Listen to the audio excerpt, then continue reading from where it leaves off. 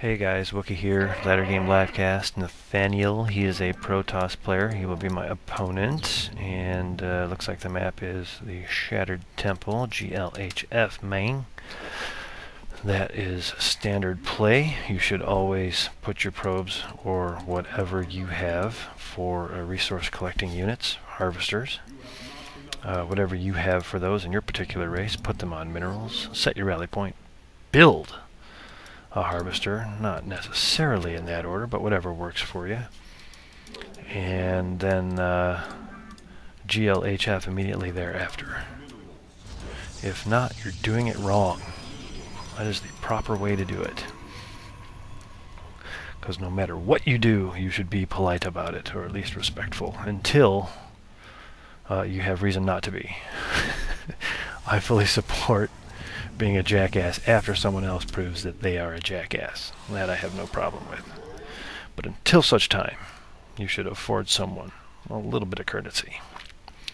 Alright, so I am on my 12th probe. I have collected 150 minerals right now. There goes the gateway. Actually, let's make this guy the scout and bang, bang, bang, bang. Make more drones. And I just put that probe on control group 1, you can see there, and shift click all of the starting areas on the map to go looking for my opponent. Oh, and while this is coming in, I need to get an assimilator. And I might take my second one now because that one was delayed, but no, I don't want to miss my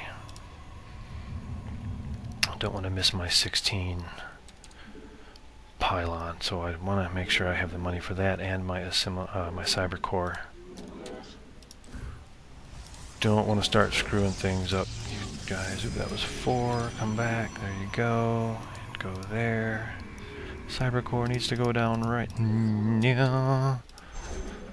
There we go. More of those. Watch the mini-map. Okay, I see that guy. He's checking that base out, so he's not there. So now I know where he is. Get that zealot coming. Got my 22 pylon next. We want this assimilator. And since I can't afford it, I was going to say since I can afford it, I'll get the other assimilator now, or the 22 pylon now, but I can't afford it now. Now I can afford it, and I would rather get it early than be supply blocked on it. Oh, crap. Did I get out of there? Oh, I barely got out of there. I don't know if you saw what I did, but I found a mineral patch super fast and just clicked on it because that turns off the collision detection. And if harvesters could collide with each other, they'd never be able to mine. They would just spend the whole game running into each other, and that would be kind of stupid.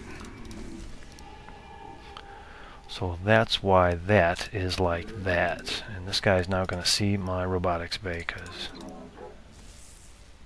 get him, get him, get him, kill him, kill him, kill him, kill him, kill him. You kill him.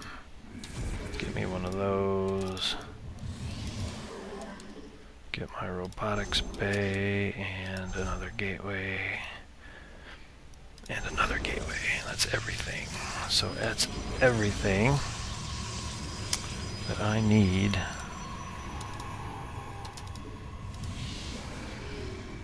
That's 3 gateways in a row. Okay, so there I am. So now we focus on probes and chrono boosting the probes. This I'm going to squeeze a zealot out of right quick. Hopefully before that finishes. These probably aren't going to be done by then anyway, so whatever. Ooh, supply. Now's a good time to get that pylon down, because being supply blocked blows. Oh, it's a good thing I got my warp gate done so fast, so I could sit there and wait for my last unit to build and my gates to warp in. A waste of time. I can't warp anything in until that pylon is done, and stalkers. And I only get 2. That's a problem with Protoss.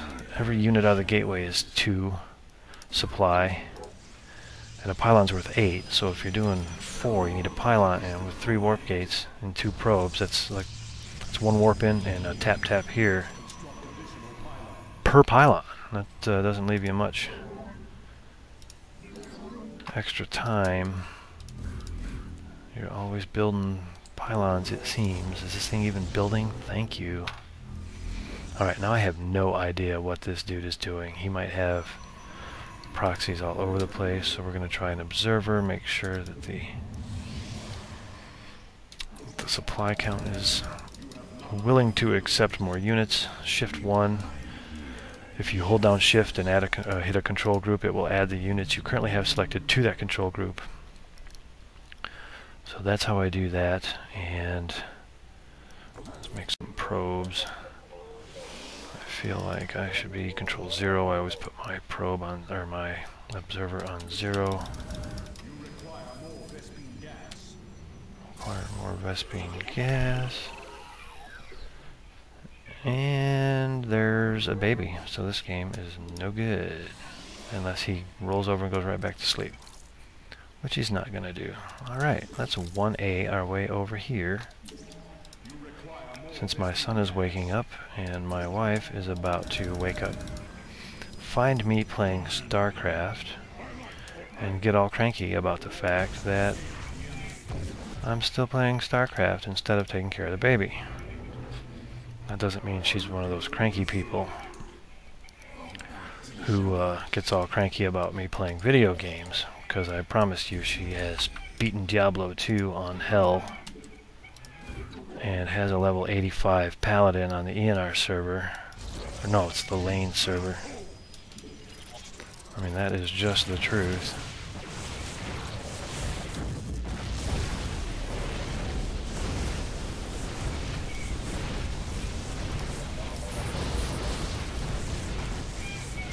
This kind of sucks. A little 3-gate pressure. Why not?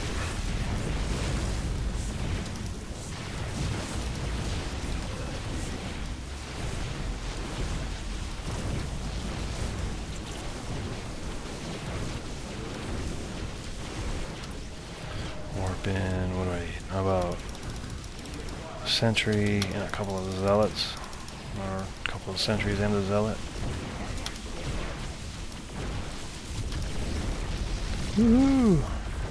Alright, I won that game and I gotta go, because one of the boys is still fussing. But the wife was up kind of late and really tired, so hopefully she didn't wake up. Wookie out.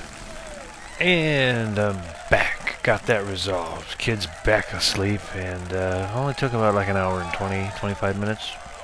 I was able to watch an entire DVR'd episode of the Conan show, which I tape so I can watch it when I get home from work, and a little bit of a Star Trek Next Gen rerun. So I'm going to give it about an hour and 25. I didn't really time it, but here we are on the score screen, and I wanted to look at Nathanael's profile and see how cool he is. He is Division rank 7, Silver League. Looks like a Silver Leaguer across the board, so just slightly cooler than I am. And build order doesn't matter. Looking at the graph, wow. Oh, okay, I was thinking I was the blue line, or I was the red line. So it looks like my army was always bigger than his by almost perfectly mimics, doesn't it? And resource collection rate, yep, so I was just a little bit quicker on the probes. Let's look at that economy breakdown. Kept my money lower, had it coming in faster, and there's a big tell right there, guys. This, when you're working through your 1v1s, this is the tab you should come to, and this is the benchmark you should set. Like, who cares how the game ended, or you know, if you should have gone Mutas, or if you should have gone Dark Templar. Forget about all that stuff. Set an idea in your mind as to how many workers you can create, and just try to get this number. This is the number that counts right here. You will these will all get better for you if you get this one right. You can, in a 10-minute game, I made 32 workers. That's just an amazing amount of workers for me. So here's the most important number I want you to look at when you're going through your games. The game's over. Check the graph because the graph is sweet. Go to the economy breakdown, workers created, and see how many you created, and try to find some benchmark numbers for yourself. I use 40. I want to get to 40 of these in like like 10 minutes is a short game, so I'm not going to get to 40, but if I can get a game to like 15 minutes, I want to see 40 there. And you can figure out what that number is by just playing against the computer and making SCVs constantly while you go through your build, and see how many you get. Well, alright. Thanks for taking the time to do that with me. I appreciate it. Thumb it up if you like it. And good luck, have fun on your ladder games. Wookie out.